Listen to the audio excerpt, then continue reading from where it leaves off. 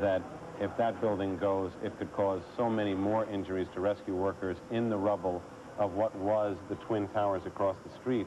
So they are continuing to fight the fire, but they've pulled the rescuers back until they can really assess what's going to happen with that building. And Bob Jameson, who we talked to, who gave us first early warning of this some time ago, wasn't sure exactly how tall that building was.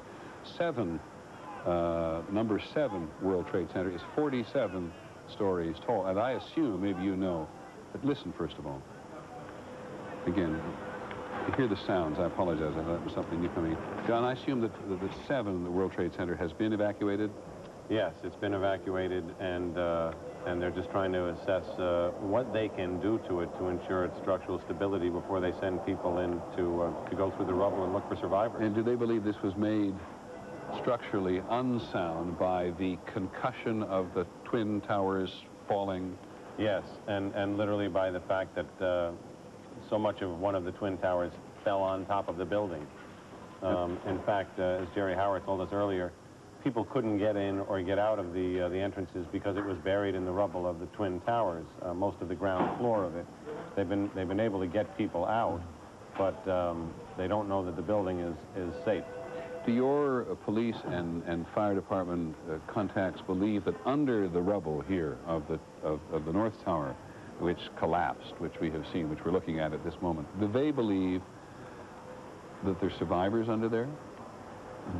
They are certainly holding out the possibility and the hope, especially since so many of them are police and fire personnel.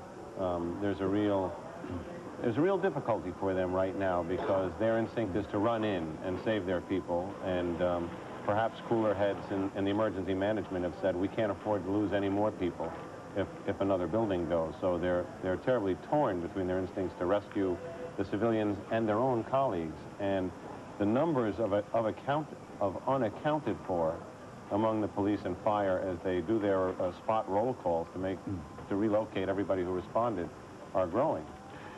Stay with me for just a second, because I want to talk very briefly who's on the telephone. Gary Breeze, who's the head of the International Association of Firefighters, who will have been in contact with the fire departments here in New York City. Do you hear me, Mr. Breeze? I can hear you, thank you. I know exactly what your sentiments are today, and I think John Miller has made it very clear. Everybody runs and your people go in. But in your contacts today, we've been working with the notion that a couple of hundred firefighters may be missing. Do you know anything about this? We still have several hundred firefighters unaccounted for. Fire Department of New York, when they send an initial assignment to the World Trade Center, it involves about 125 firefighters on the initial assignment.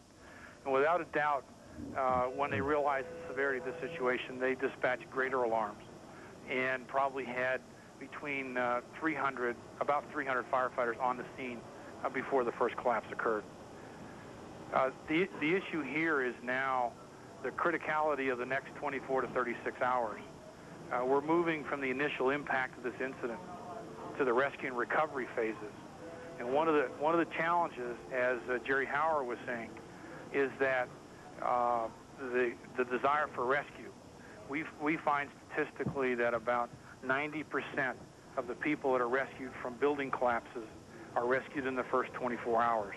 So this next time period will be very critical for the rescue of injured people. Now, Mr. Priest, as you have talked to your colleagues in New York, where are you, by the way? I happen to be in Denver today. Right. As you've talked to your colleagues in New York, do you get any sense from them about whether what you describe as rescue and recovery is going to be more recovery than rescue? I think it's going to be both. The World Trade Center is a horrific disaster.